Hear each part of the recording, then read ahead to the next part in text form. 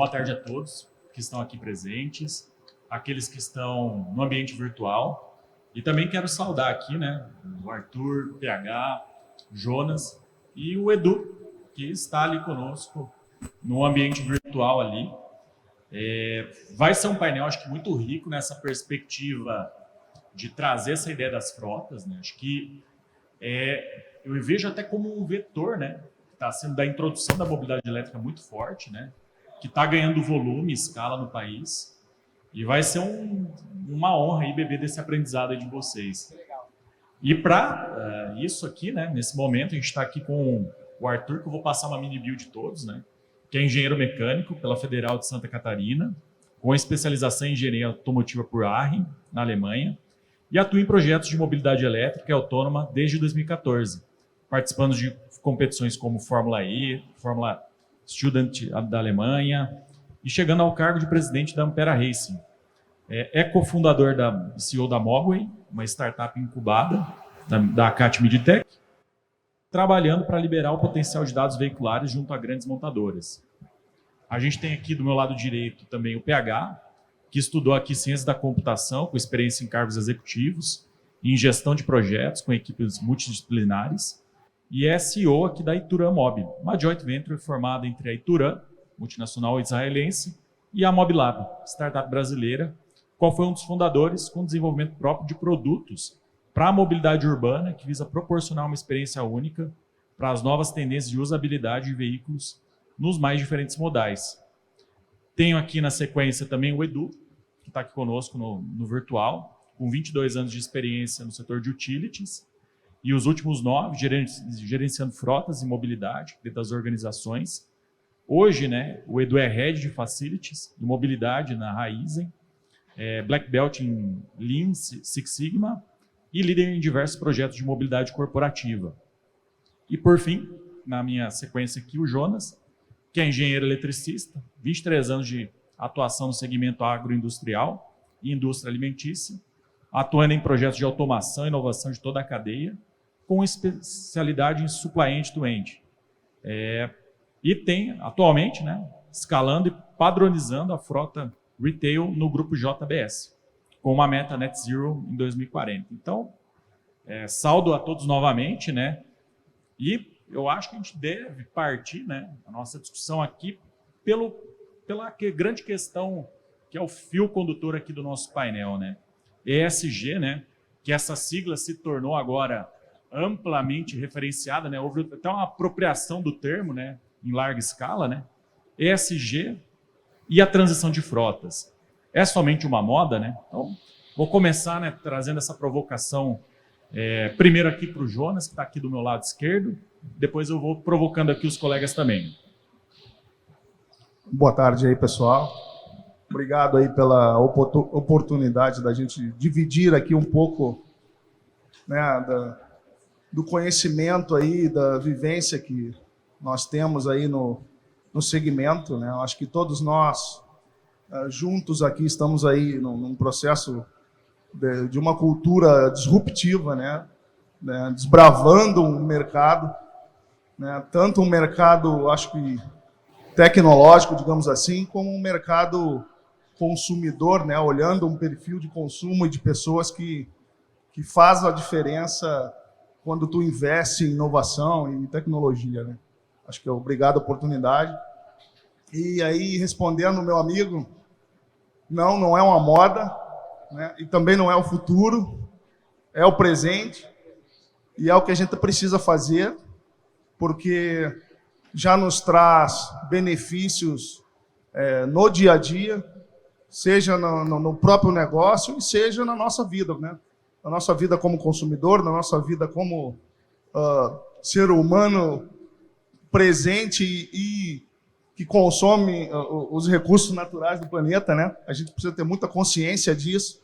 E o grupo JBS, dado o seu porte, o seu tamanho, tem a sua consciência do tamanho que ela é, né? E tem investido muito e procurado realmente seguir nessa linha em busca aí do Net Zero, né? Da meta Net Zero 2040, é uma meta mandatória para todos nós. E acho que assim não é para bonito e não realmente marketing. É a nossa realidade e é aquilo que a gente vai buscar fazer da melhor forma possível. Assim. Então, eu acho que ao longo do painel, né, vamos discutir mais um pouco, entrar nos detalhes, mais tecnicamente, e mais do negócio, mas, respondendo meu amigo, não é moda, é a nossa vida como ela tem que ser. Beleza, valeu, Jonas. Obrigado pelos apontamentos, né? Eu gostei do que você fala, né? De que não é moda, né? E também não é futuro, né? É, de fato, uma consistência e o presente.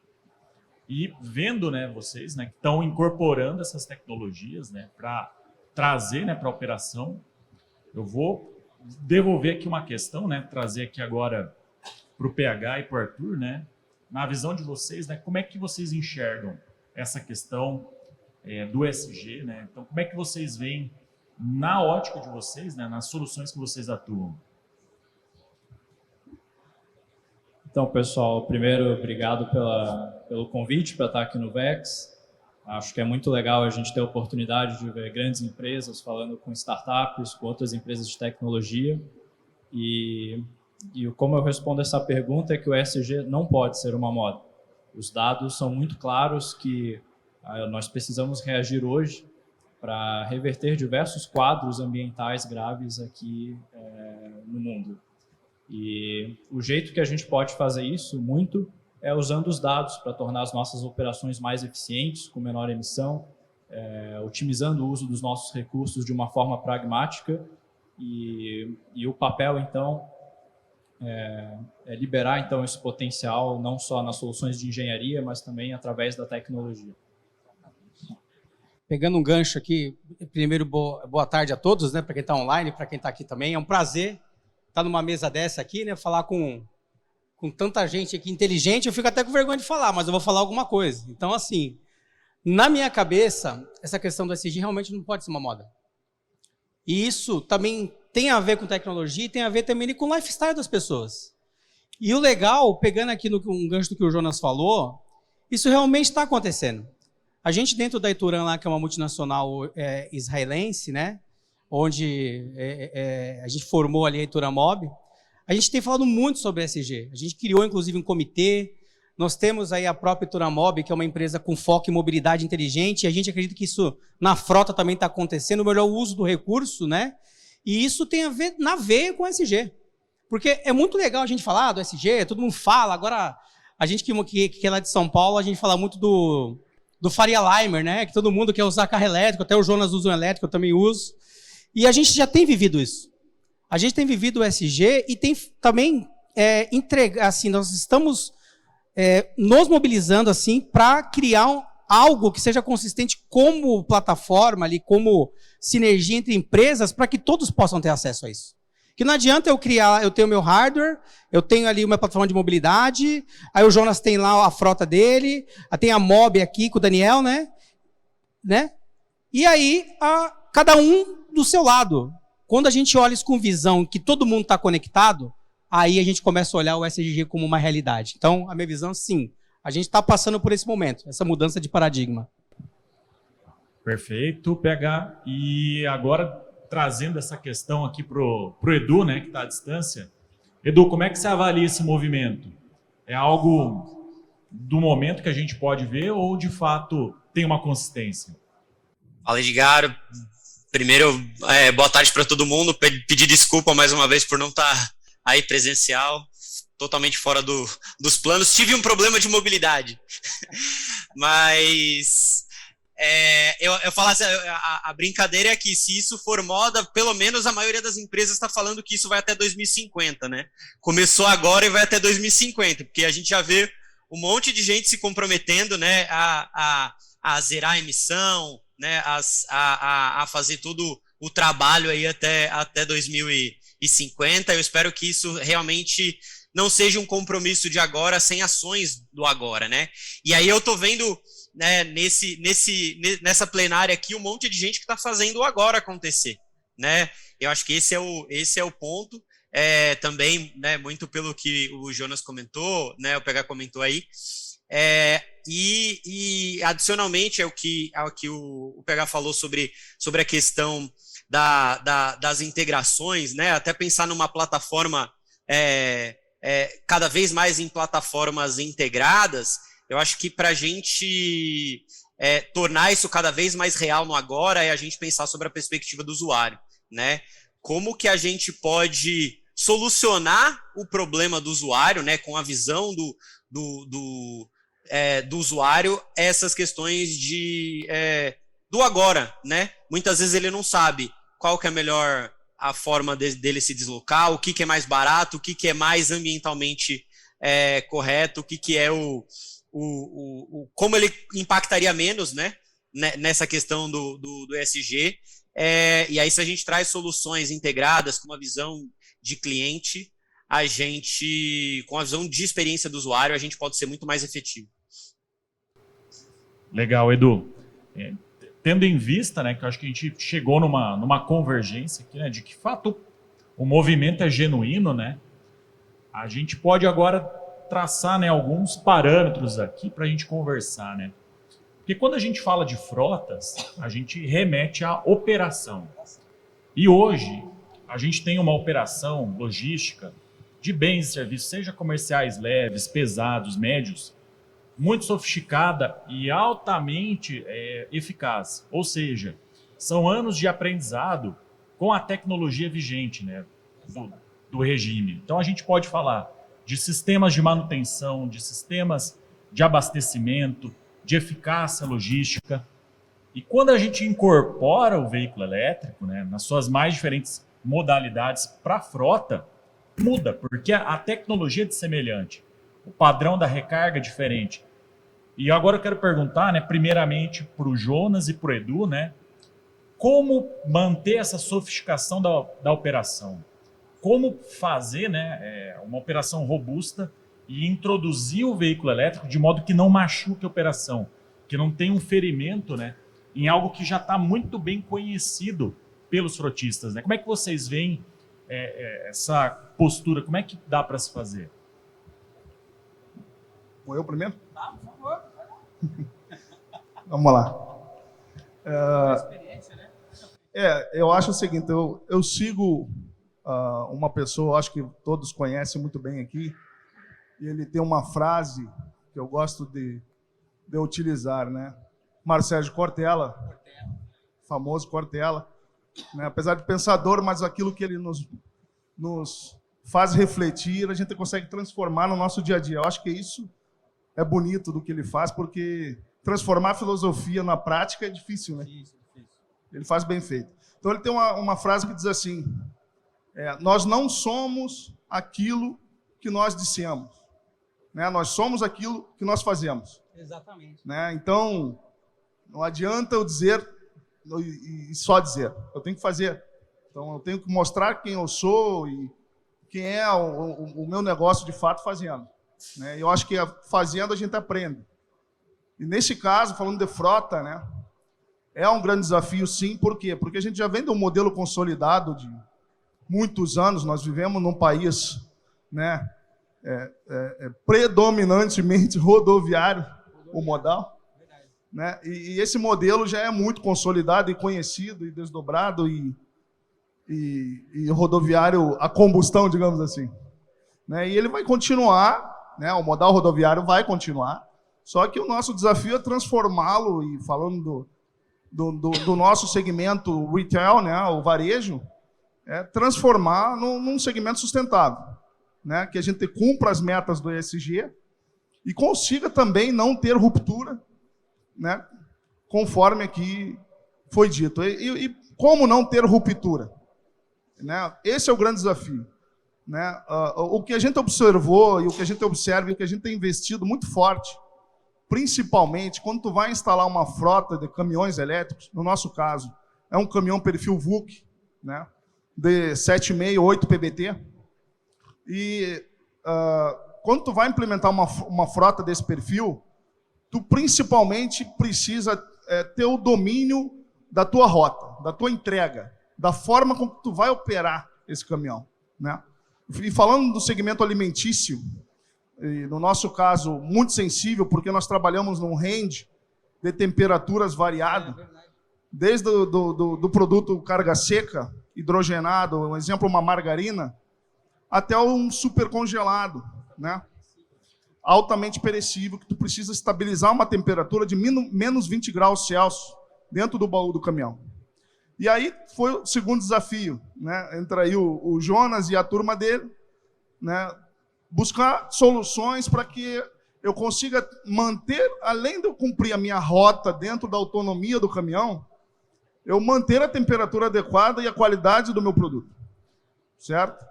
E para isso acontecer, e se isso acontecer, de fato, o caminhão elétrico é um case de sucesso dentro do meu segmento. Se alguma dessas etapas não forem cumpridas, certamente o projeto não vai ser um projeto de sucesso. Então, o ponto é, o quanto eu conseguir dominar e investigar a minha rota, ou seja, que sistemas eu tenho para fazer a rota, para montar a rota, que sistemas eu tenho para controlar o processo de monitoramento da temperatura, a telemetria do caminhão, além da telemetria de movimento, a telemetria do controle de temperatura. Então, eu tenho sensores dentro do baú do caminhão que ficam me trazendo informações on time da temperatura. E dois compartimentos, são compartimentos separados. São compartimentos de congelado e compartimento de refrigerado e seco. Então, junto com o meu sistema de monitoramento, o sistema que controla a minha rota, onde o motorista está fazendo a entrega, quanto tempo ele leva, eu tenho a telemetria da qualidade, digamos assim. Então, eu preciso monitorar e ter tecnologias para isso. E aí, vocês me perguntam, Jonas, mas isso já existia? Sim, mas não com o caminhão elétrico. Não tendo que olhar a autonomia da bateria do caminhão. Não eu tendo esse fator adicional, que é eu saber exatamente, quando eu sair do ponto A até o ponto Z, quanto tempo eu vou levar e qual é o meu percurso de ida e percurso de volta, tendo em vista que eu posso parar o caminhão no meio do caminho. Porque eu não tenho onde recarregar. É um caminhão. É um caminhão que eu não posso chegar numa tomada convencional, certo, Zeno? O Zeno está aqui, meu amigo aí também, engenheiro, colega nosso. Que eu posso chegar na tomadinha lá do posto 220, 10 amperes, ele vai ficar lá 5 dias para carregar, certo? Sendo bem transparente. Então, assim, todo esse controle, todo esse aspecto, essa particularidade desse negócio não existia até então, né? Isso nós estamos desenvolvendo, digamos assim, a duras penas, fazendo, né? Fazendo, na prática. Nós começamos isso em 2019 na prancheta, né? 2020 o caminhão chegou da China, depois da né? Fazendo uma briga aí com a Jaque, vem, mas cadê o caminhão? Aí veio a pandemia, aquela coisa toda, mas veio. E nós começamos a rodar o caminhão na prática, né, em 2020. E hoje nós temos uma frota já rodando e buscando uma frota bem maior. Mas, assim, de novo, o grande desafio é tu enxergar como é que tu vai fazer a entrega, quanto tempo tu vai levar e a estabilidade da temperatura do caminhão. O caminhão tem um equipamento de frio, obviamente, que a gente refrigera ele antes de sair da base. A gente não fica consumindo a bateria do caminhão. É um pouco mais técnico, acho que não tem... Hoje a gente não tem tempo para contar tudo isso. Mas esse é o diferencial. Então, assim, investir no treinamento, no quanto tu vai controlar a tua rota de entrega. Esse é o X da questão. Porque vai te garantir tu fazer a tua entrega dentro da qualidade que tu precisa, né? No aspecto, garantir que o produto chegue na hora certa e na temperatura certa no teu cliente e garantir a autonomia do caminhão. Esse é o grande desafio. Obrigado, Jonas. Vou aproveitar esse embalo que você compartilhou, né? Essa experiência, né? Quero trazer agora aqui para o Edu, né? Edu, na sua prática, na sua vivência, né? Você está vendo também essa factibilidade do elétrico na operação? Está vendo que é possível? Falando, né, onde eu mais atuei nesse tempo todo, dentro de uma distribuidora de energia. Eu tenho veículos que rodam... a nossa média é de 1.500 km por mês, por veículo. Só que eu tenho um monte de tipo de veículo e um monte de tipo de rodagem diferente. E passa, para a gente não causar ruptura, passa para a gente entender sobre isso. Né? A gente colocou uma cesta aérea elétrica tranquilamente na operação. Por quê? Porque a gente viu que a rodagem diária dela era de 150 km por dia, né? Então, pensando em olhar para toda a operação, e outra, e a gente viu que 40% da nossa frota era desse tipo de rodagem. Então, a primeira coisa que a gente tem que fazer é particionar essa frota, entender essa frota, para que a gente atue onde a gente consegue atuar agora, né? Se eu tenho uma frota que roda 1.000 km num dia, essa frota talvez eu não vou conseguir migrar agora, deixa para mais para frente. A gente tem até, né? A gente tem um pouquinho mais de tempo para começar a investir nesses outros. Mas se eu tenho frota com esse tipo de característica, eu rodo. Essa frota é uma frota que fica bastante tempo na rua, pra você ter noção, uma frota de 24 horas. Só que ela roda 150 km por dia, com uma cesta aérea que tem um sistema que também é elétrica, que também a gente colocou como elétrica, mas que tem uma situação de operação que suporta muito mais do que 24 horas. Então, tá aí, eu tenho solução, eu consigo solucionar esse problema hoje, né? Então, vamos solucionar, vamos começar por eles. Quando a gente entende, quando a gente vai a fundo na nossa operação, a gente encontra essas oportunidades. E é lógico, eu tenho que pensar em toda... diferente de só colocar uma frota para rodar, mesmo que ela seja complexa do ponto de vista de tipo de operação, eu tenho que colocar o fator de recarga dentro desse componente, né? Olhando para como ela vai operar durante o dia e se ela vai ter espaço para recarga, né, durante esse dia também. Então, acho que esse é um ponto, a gente adiciona essa complexidade, mas é completamente possível. E aí, o que eu falo que é a parte mais, que hoje é mais desafiadora, é a gente explorar o lado econômico-financeiro. E aí a gente precisa ir além também de só fazer o TCO do veículo, né? A gente não pode fazer um TCO comum, a gente tem que olhar para outros impactos, né? Outras formas de analisar, outros custos, outras oportunidades de ganho dentro de uma companhia para poder minimizar o impacto com relação à aquisição, né? Ao investimento. Então, tem mais complexidade, mas hoje, se a gente for olhar o problema e particionar ele, a gente consegue resolver. Perfeito, Edu. Deu para capturar, né, da fala de vocês que tem um nó aí da infraestrutura, que ela tem que suportar a operação, bem como esses parâmetros técnicos, né, econômicos, que você colocou, né, Edu, que tem que ser melhor bem equacionados, né. Antes de entrar nesse ponto aqui novamente, né, eu vou devolver aqui algumas questões para o Arthur, né, e para o PH nessa linha também, né, porque quando a gente está falando de ESG, né, essa questão do meio ambiente, da questão social e da governança, a gente está se referindo a práticas, né, a ações concretas.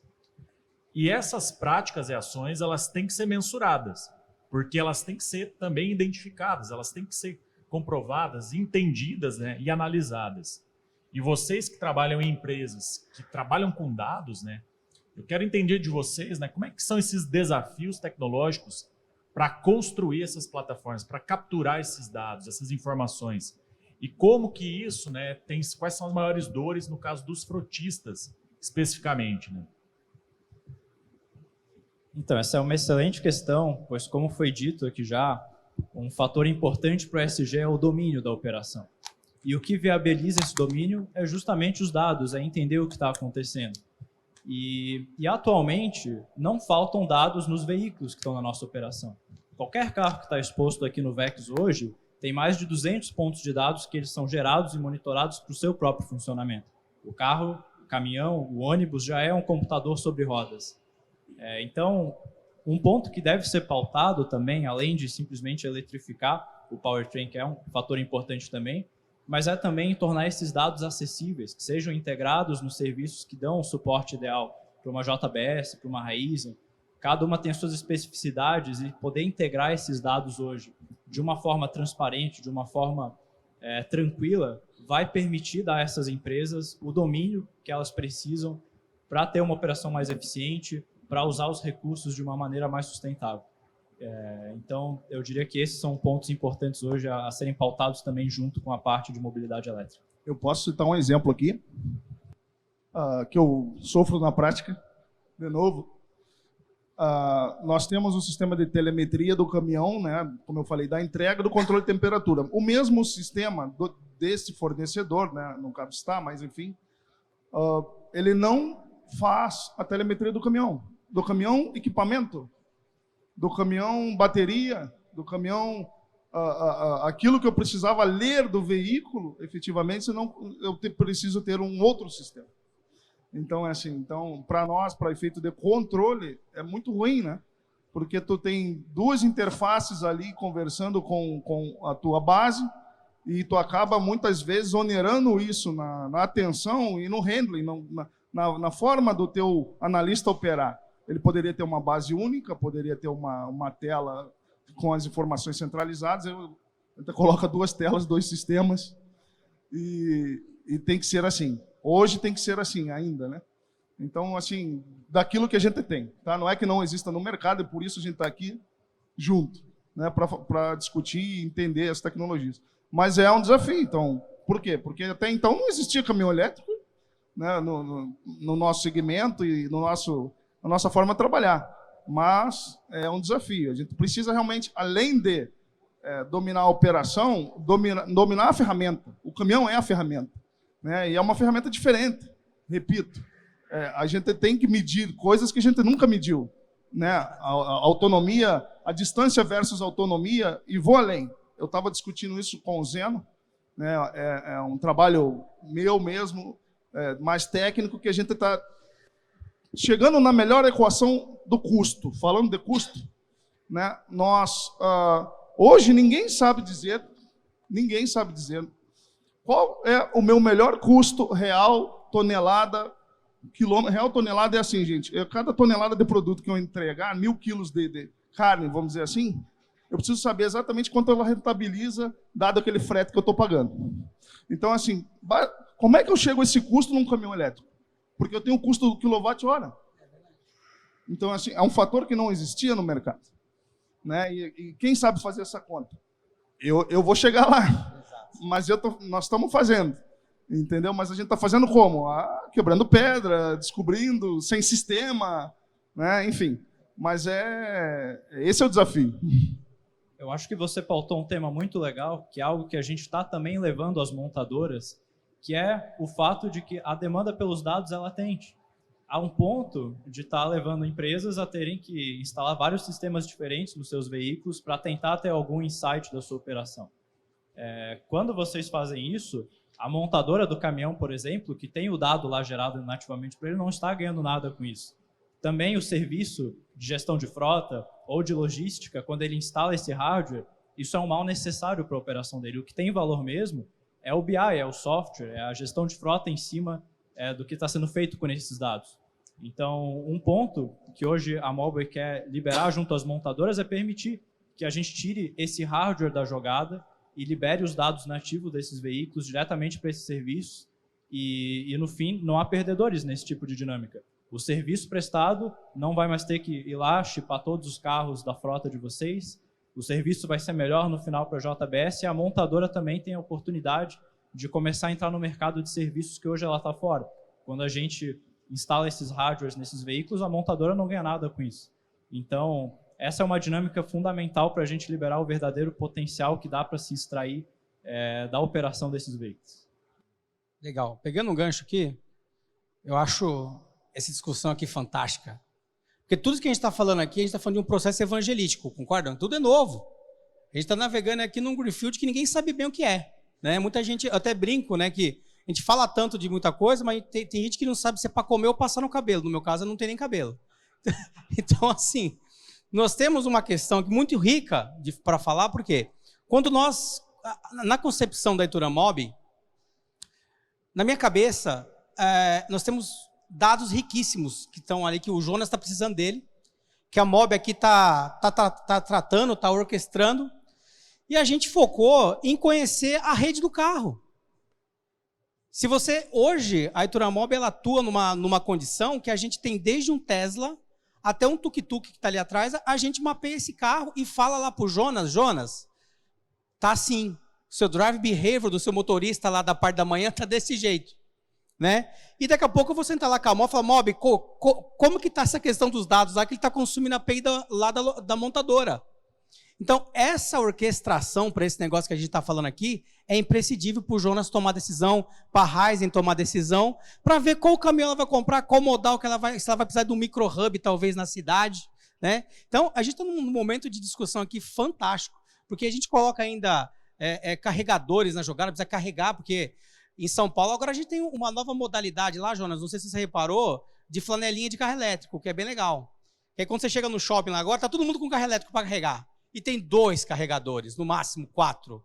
Então tem uma pessoa agora lá que fica desconectando um carregador, colocando outro. Então assim, tá mudando a coisa. E a gente está participando disso, isso é muito rico, porque a gente tem tecnologia, a gente tem a internet e as coisas estão acontecendo. Então quando hoje o nosso produto é fabricado lá em Israel, em Tel Aviv, e a gente tá começando operações lá em Israel também, no México, aqui no Equador, no Uruguai, em vários países. E a gente vê que tem uma especificidade tremenda de carro de um país para o outro. Agora, eu vou esperar ter a API de todo mundo para a gente começar a falar para o Jonas poder carregar lá a carga dele? Não. A gente está aí na frente. A gente está falando com os carros que dá para falar, com o carro que dá para a gente falar com a API, a gente fala lá, se precisar falar com a Mob, a gente fala com a Mob, porque o nosso negócio é plataforma. A gente fala, hoje, a gente tem 4 ou 5 grandes players que tem locadora de carro elétrico, locadora normal, combustão, moto elétrica, que usam o nosso dispositivo, usam ali o nosso Big Data, justamente para ele poder tomar uma decisão e, além de tomar conta daquele ativo, ele compartilhar. Porque o nosso produto é focado em multiuso para assim, vários usuários usando um único asset. Porque é um asset muito caro. Um carro é muito caro, um carro elétrico, então, é caríssimo. Então, por que uma pessoa só tem que usar aquele carro? Então, o nosso produto é baseado em vários perfis, né? Preciso falar com a Mob aqui depois, inclusive. Estou vendo que vai ter uma rede aqui que vai se estabelecer. Daqui já vai sair aqui um ecossistema, ó. Ryzen, JBS, Mob e Turamob. Eu também vou entrar. Vamos fazer um consórcio. E trazendo, acho que a discussão está muito boa, né? Trazendo um pouco mais de pimenta nesse debate, né? O Jonas colocou ali, né, uma fala que... Jonas, eu vou tentar reproduzir ela de uma outra forma, né? E veja se fui feliz em entendê-la, né? De você falar assim, na operação do elétrico tem um nó da infraestrutura, né? Que quando a gente está dentro da empresa, está controlado. O veículo está carregado, 100%. Agora, quando vai para a rua, meu amigo... Eu tenho até um caso legal, viu? Eu chego, às vezes, o melhor carregador que eu tenho, Jonas, fica na casa da minha sogra. Eu chego lá, às vezes, depois da noite, né? Vou lá na igreja, volto, até uma tomadinha da 220, cara, que eu conecto o meu carro lá, como uma pizza, depois eu saio e já consigo voltar para casa tranquilo. A energia da sogra não A energia da sogra eu não pago, é totalmente ESG. Tô vendo. O Jonas e Edu, né, que estão com frota na rua, né? Como é que a gente dá contorno nesse desafio de recarregar dentro, né, na operação, ali no calor mesmo da cidade, no trânsito? Vamos lá. Quer o Edu falar um pouco também? O Edu, quer falar? Depois eu falo? Vou falar só de um projeto que a gente está desenvolvendo rapidinho, porque o nosso é muito... Assim, hoje não impacta a minha operação, teoricamente, porque eu carrego no intervalo do carro. Teoricamente, eu tenho um carro que trabalha 24 horas e tem turnos de equipes. E nessas trocas de turno eu tenho espaço para carregar. Mas no processo de energia, isso no projeto que a gente desenvolveu, e é um projeto que está em desenvolvimento, aí como o carro estava trabalhando com um eletricista dentro, a ideia é, se o cara vai operar a rede, para fazer um reparo de rede, né, isso eu estou dizendo na outra empresa, é um projeto que está em andamento. Se o cara vai trabalhar na rede, ele carrega o carro na rede. Imagina que o carro pode ser um jumper de rede e se autocarregar enquanto o cara trabalha na rede desligada, né? Na redistribuição desligada. Então, essa é a ideia, esse é o desafio, o pessoal está lá com esse desafio. Eu troquei recentemente de empresa, mas deixei esse projeto lá. E eu acho que Agora o desafio é estabelecer, e até, né, vocês devem estar sabendo, mas de um projeto que foi feito já junto com diversas empresas aí para aumentar a infraestrutura. Saiu ontem um comunicado com a 99, um consórcio de várias empresas, mas trabalhar para aumentar a infraestrutura e essa infraestrutura ser tão natural para a gente abastecer um carro elétrico enquanto a gente toma um cafezinho, né, num Shell Select aí, num posto da Shell Select, e vai carregando o carro, né, ou enquanto um agente nosso que vai lá tratar com postos de combustível, enquanto ele está trabalhando ali e vendendo combustível e trabalhando com o dono do posto ali para fazer a distribuição de combustível, ele está carregando o carro dele. Isso eu acho que é o futuro, é o que vai acontecer daqui para frente. Bacana. Pegando aqui, então, na sequência, acho que para o Edu, energia não é problema, né, Edu? Ryzen não é problema. Não. Não. Ele já pega na fonte, né? É chovendo molhado. Exato, ele pega na fonte. É isso aí. É igual falar para a JBS fazer um churrasco, né? Pode convidar a gente também. Agora é o ponto fraco aqui. Agora... Vamos lá. Então, assim, ó, falando de nós, né, caminhão, vamos pensar. O caminhão saiu da base 100% carregado, né? Como foi dito, dentro de casa não é problema, óbvio. Nós somos indústria, nós temos energia média, alta tensão disponível, né? Então não é problema carregar o caminhão dentro de casa e nunca vai ser. Agora, tu saiu, tu tem uma rota lá que tu definiu 200 quilômetros para rodar.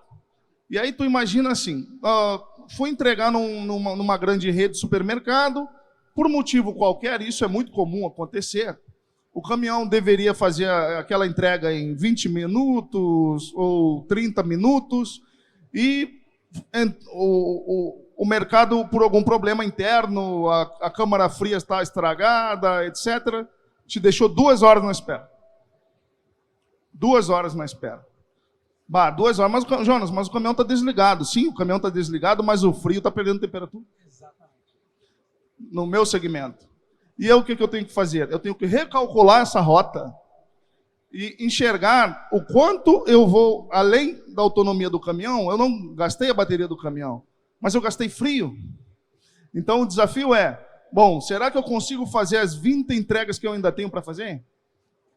Tendo em vista que eu preciso estabilizar a temperatura dependendo do produto. Por exemplo, uma pizza congelada. Eu não posso ter uma temperatura superior a menos 18 graus no baú do caminhão. E se eu demorei demais, eu perdi temperatura, o caminhão, eu não vou conseguir fazer todas as entregas. O que eu poderia fazer? Uma solução. Se o meu equipamento de frio, eu pudesse dar uma carga de frio maior durante o percurso, utilizando a bateria do caminhão. Mas aí entra o desafio da recarga. Eu não tenho um ponto de recarga para o caminhão. Se eu não tenho um ponto de recarga para o caminhão, eu não posso consumir mais a bateria do caminhão. Porque comprometo demais, então, a entrega. Aí, aquelas 20 que talvez eu passe a fazer 15, eu vou fazer 10 ou menos. E aí a rentabilidade daquela minha rota já era. A parte sustentável daquele negócio financeiro, economicamente falando, foi pro pau. Não existe mais. Certo? Então, sendo bem transparente e falando o que a gente vive. Então, assim, imagina, se eu pudesse chegar numa grande rede de supermercado, repito, e ter uma tomadinha lá, até com uma parceria do supermercado, etc., e eu pudesse plugar o caminhão ou o equipamento de frio, o meu cenário seria completamente diferente.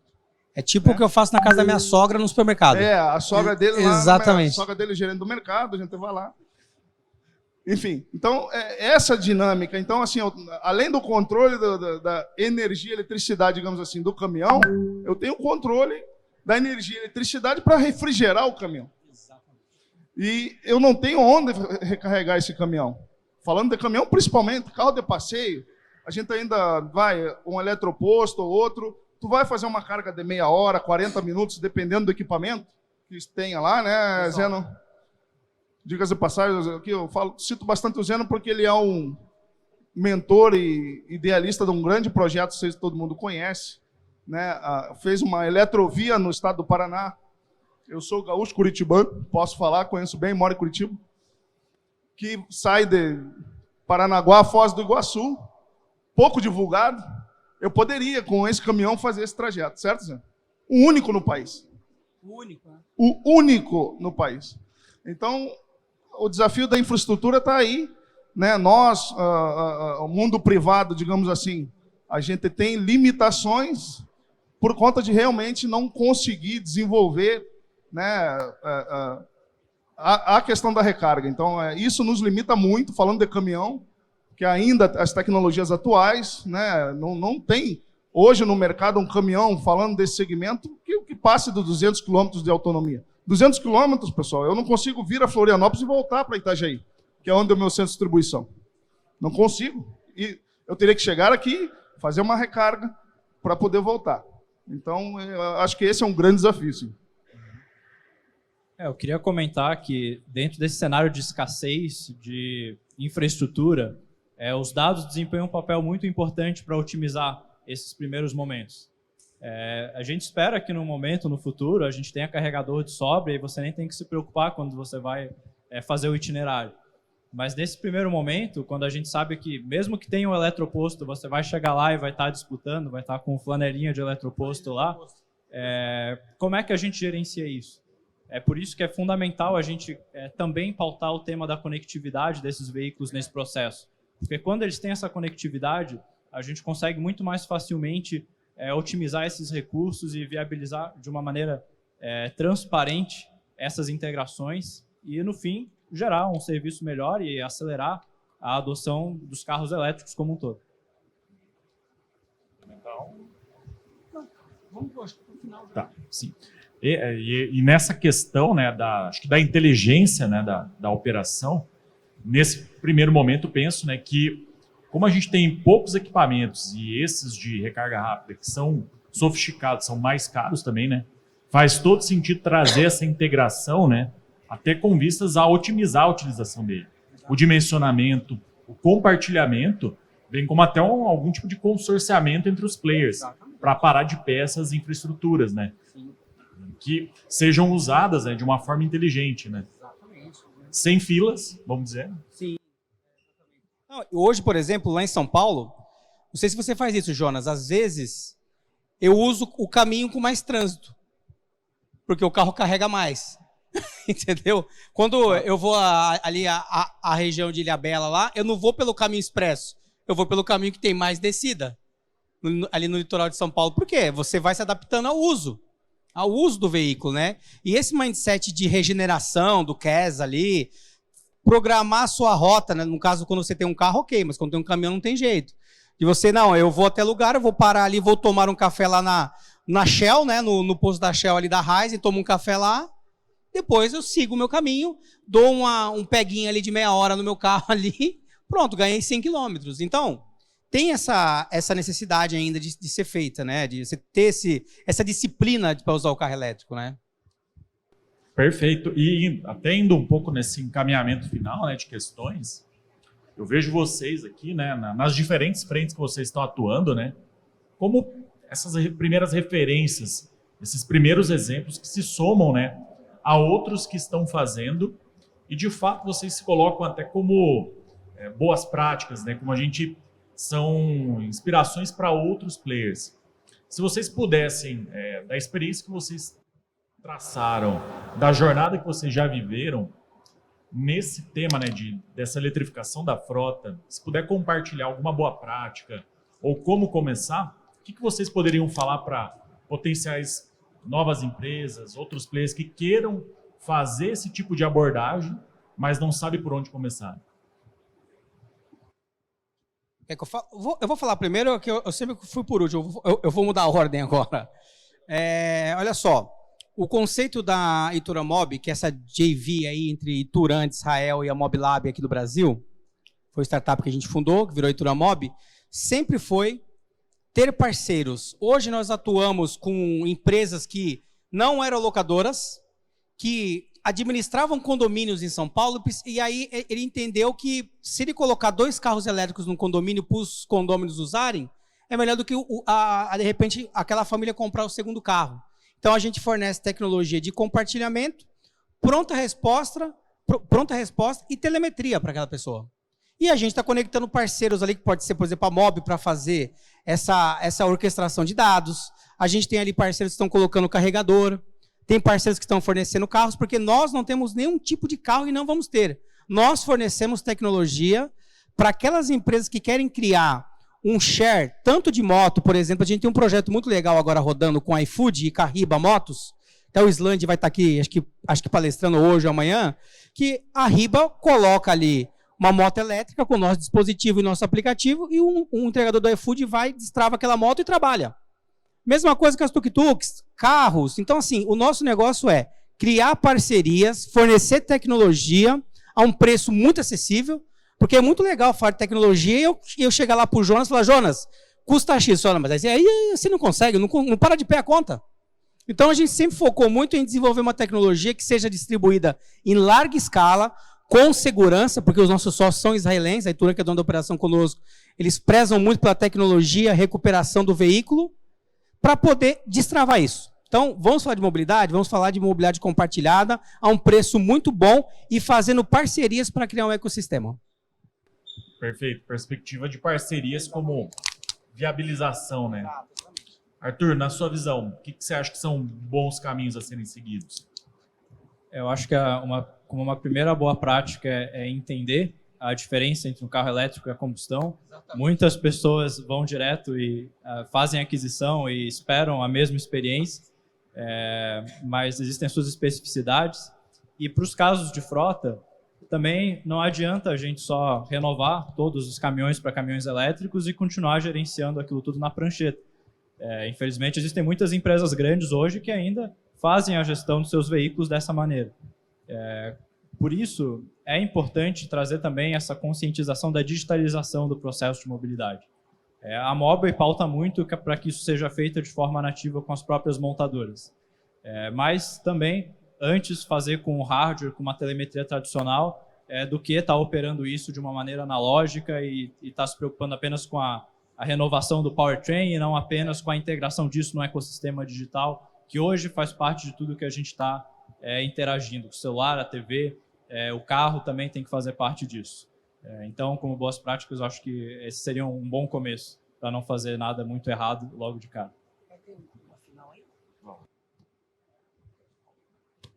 Bom, acho que para finalizar, né, eu acho que uma boa prática e, de fato, tu não ter receio nem medo de investir na tecnologia, na eletrificação, começa, repito, do conhecimento e do domínio que tu tens do teu negócio, da tua operação, né, da particularidade do teu negócio. Então, assim, para nós, alimentos, é muito claro que nós temos dentro do nosso segmento o varejo, que a gente consegue fazer com o caminhão elétrico, e é viável, e através do sistema de parceria, inclusive, repetindo o que o meu amigo ali falou, a parceria é fundamental, mas principalmente tu mostrar para o teu parceiro, tu treinar o teu parceiro o quanto tu conhece a tua operação. Então, tu pode trazer o melhor transportador do mundo, que entenda muito de frota, entenda muito de controle do ativo, mas se ele não entender bem do teu negócio, ele não vai dar o resultado esperado, nem para ele, nem para nós.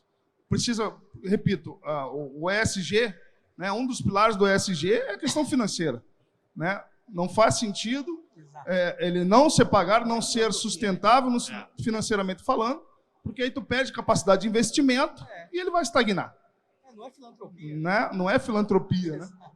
Mas, óbvio, que quando se fala do projeto da inovação e olhando num aspecto maior, né, o Net Zero, por exemplo, nós estamos tratando assuntos maiores, né? Condições climáticas do planeta. Não é achar que é formiguinha, não. Nós não somos formiguinha.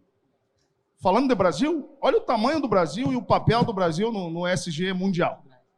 É absurdo. Então, assim, nós temos um efeito, digamos assim, daquilo que nós fazemos nas condições climáticas do planeta, gigantesco. Não só do país, do planeta como um todo. Então, assim, então nós estamos falando de um caminhão que quando eu substituo, né, um caminhão a diesel pelo elétrico, eu estou tirando 30 toneladas de CO2 por ano da camada atmosférica. E aí, Jonas, a JBS vai por quantos caminhões? A gente não tem um número aberto aqui, mas você pode ter certeza que são muitos. Na casa das centenas. Então, assim, isso faz um efeito muito grande nas cidades, principalmente, nas condições climáticas. Nós também temos, do outro lado, no início da nossa cadeia, o agronegócio. O agronegócio é um dos que mais sofre com as alterações climáticas. Quando tu vai lá no mercado, vai comprar um produto e o produto dobrou de preço. Mas sabe quando ele começou a aumentar de preço? Até quando parou de chover, quando choveu demais. O milho ficou mais caro, a ração ficou mais cara, eu tive que alimentar o frango, ficou mais caro, o frango ficou mais caro. Então, assim, o frango não cresce sozinho, tem que dar ração para ele. A ração é parte importantíssima, um dos maiores custos da nossa cadeia, da indústria de alimentos. Então, assim, está tudo conectado, né? E o ESG é justamente para isso. Tem que ser financeiramente viável, para ser sustentável, né, e ser perene. E tu conseguir ter capilaridade e capacidade de investir mais e mais. E aí uma frota que tu estava falando de 50, daqui a pouco está falando de 100, está falando de 200, está falando de 1000. Porque, falando do nosso negócio, a gente tem capilaridade para isso. Mas tem que conhecer, eu acho que o diferencial é esse. Se tu tem um parceiro, um transportador, um terceiro, tu tem que treiná-lo no aspecto, no detalhe do teu negócio, para que ele tenha o mesmo conhecimento do teu negócio que você. Para que ele saiba exatamente o momento de tomar uma decisão, de alterar uma rota, treinar um motorista, de tirar os vícios, né? Existe muito isso, infelizmente, na cultura geral desse mercado. O motorista toma decisão por conta própria e tem um sistema fazendo uma roteirização por trás. Tu fez todo um planejamento sistêmico e depois o motorista diz assim, não, agora, ao invés de eu entregar esse, eu vou entregar o outro. Acabou o teu planejamento. Né? E falando de caminhão elétrico, isso é péssimo. Porque pode ser que aquela autonomia que tu previu, sistemicamente falando, não é a mesma. Não vai se refletir na prática. Enfim, então, acho que é isso. Para concluir aqui que eu falo. Tranquilo, Jonas. E, Edu, sua perspectiva de boas práticas? Não, vou chover um pouco no molhado aí, porque, assim, todo mundo falou, acho que o que eu acho que é essencial, né? Eu tenho que conhecer o negócio, eu tenho que conhecer do meu negócio, muito, né? E nós que cuidamos de frota, eu tenho que entender mais do meu negócio do que de frota, no geral. Porque de frota tem os especialistas aí que entendem, e aí é isso, né? No final, quando você fala, eu entendo do negócio, eu entendo as particularidades, eu entendo como minha frota se divide, e não adianta, se eu estou controlando frota hoje na planilha, como, né, falaram aí, eu não vou conseguir fazer uma migração para frota elétrica de forma sustentável ou mínima, ou com impacto, né, menor que seja. Não, eu preciso controlar minha frota hoje com apoio de sistema, telemetria, os dados precisam me revelar qual é a melhor parte da minha frota para eu eletrificar no começo. Né? Então, sem isso, eu não aconselho, não comprem carro elétrico, para não transformem sua frota em elétrico, que vocês vão ter um processo trágico. Depois é difícil explicar para a organização. Né? Então, para quem está em empresa e frota, tem que fazer isso de forma inteligente para ser sustentável e para a gente conseguir fazer mais e mais e mais a cada ano. Né? Os números de frota elétrica têm crescido muito, de forma exponencial, e a gente não pode deixar isso cair. E se a gente faz o negócio sem o planejamento adequado, vão achar que isso aqui é moda e daqui a pouco os números caem. A gente não pode deixar isso acontecer. Nós que estamos com todo esse pessoal super inteligente, cheio de especialidade no assunto, a gente tem que trazer cada vez mais para o nosso lado. Perfeito, Edu. Eu gostei muito aqui da fala de todos, né? Porque eu acho que a gente conseguiu extrair aqui uma espécie de pilares, né? Que a gente pode falar estruturantes para essa transição, né? A gente começou falando muito forte das parcerias necessárias, esse entendimento dos dados, né, do que está por trás ali sendo gerado. Que o Jonas colocou, né, o entendimento da operação de quem está lá no front, né, levando a cabo, né, os serviços, as soluções, as entregas. E o Edu nessa ideia de planejamento, né, de transição, de ver, né, os milestones associados, né, que eu acho que são pilares, né, que podem se nortear, né, aqueles que queiram fazer, né, até para desdobrar em ações concretas, né. Vejo que a gente está chegando aqui ao final. Eu vou dar uma abertura então aqui para todos para 1 minutinho de uma fala final, um agradecimento, enfim. Arthur, quer começar contigo? A gente vai fazendo aqui uma... Então tá, obrigado. Eu queria novamente agradecer o convite para estar aqui no VEX. A Mobley, então, vem aqui com o propósito de pautar a questão da conectividade junto não só ao ESG, mas a mobilidade elétrica como um todo. E se você tem hoje uma empresa que precisa do hardware para coletar dados dos veículos, procure a gente, que nós queremos ajudar vocês a focarem no que realmente agrega valor para os seus clientes. Hoje a gente está trabalhando com empresas como a Acreditas, a Cronos, a Celesc, a Voltbras. Todas essas empresas veem muito valor em como extrair os dados dos veículos e implementar na sua solução. E a gente espera estar podendo estar aqui ano que vem novamente pautando esse tema e quem sabe trazendo mais cases de sucesso. Muito obrigado. Obrigado, pessoal. Agradeço a todos aí a audiência aqui. É muito bom fazer parte desse bate-papo. E, assim, quando eu fundei a Ituramob algum tempo atrás, o meu propósito era pensar em ecossistema. E, vendo daqui, eu vejo um monte de parceiro aqui. Eu estou vendo até o André da Solution for Fleet ali, que é meu parceiro já, que a Solution tem uma participação legal nesse ecossistema. A gente tem a Riba, que faz as motos elétricas. A gente tem a Ucorp lá no Itaú, que faz um projeto fantástico. Temos a Zemet lá com o Silvio de Barros. Temos uma série de parceiros que estão trocando tecnologia conosco e participando do nosso negócio ali, para que essa mobilidade se torne robusta por um preço acessível. E é assim que a gente vai conseguir mudar esse jogo aí, gente. Então, obrigado, foi um prazer aqui participar. E nos próximos, pode contar com a gente aqui. Perfeito. Edu? Só agradecer, Edgar, a todos aí da mesa, uma conversa muito rica. Realmente muito bom poder trocar um pouquinho das ideias, né? E da nossa visão. No final é isso. Vamos se conectar mais. Acho que tem muito parceiro nesse evento para criar soluções e transformar o setor de mobilidade no país. E a gente vai fazer isso só junto que a gente vai conseguir. Então, eu acredito muito nisso. Obrigado de novo pelo convite e contem comigo. Valeu, Edu. Jonas? Eu quero agradecer também, pessoal. Desculpa aí falar um pouco demais às vezes. A gente se empolga, né? A gente que desbrava e tecnologia e o negócio, a gente se empolga um pouco, mas é gostoso fazer isso. É muito gostoso tu ver o resultado, principalmente do teu trabalho. Hoje eu enxergo isso com os colegas, enxergo isso no meu próprio trabalho. Eu acho que, né, a tecnologia disruptiva, um nome muito bonito, mas acima de tudo, a gente tem que bater muito nessa tecla, né? Ser sustentável de maneira ecológica, mas também de maneira financeira, né? Eu acho que isso faz toda a diferença aí para o que a gente está fazendo, né? Agradeço aí a oportunidade e vocês como consumidores, eu acho que todos aqui um pouco, né, são consumidores aí do nosso negócio, né, do Grupo JBS, podem ter certeza, nós lá, não só de uma forma, repito, um negócio rentável financeiramente, mas a gente tem que estar muito preocupado com o ESG num aspecto amplo, todos os pilares do ESG. Né? Então, assim, a gente sabe dos efeitos e a gente vive e paga essa conta dos efeitos nocivos aí, a natureza principalmente, né?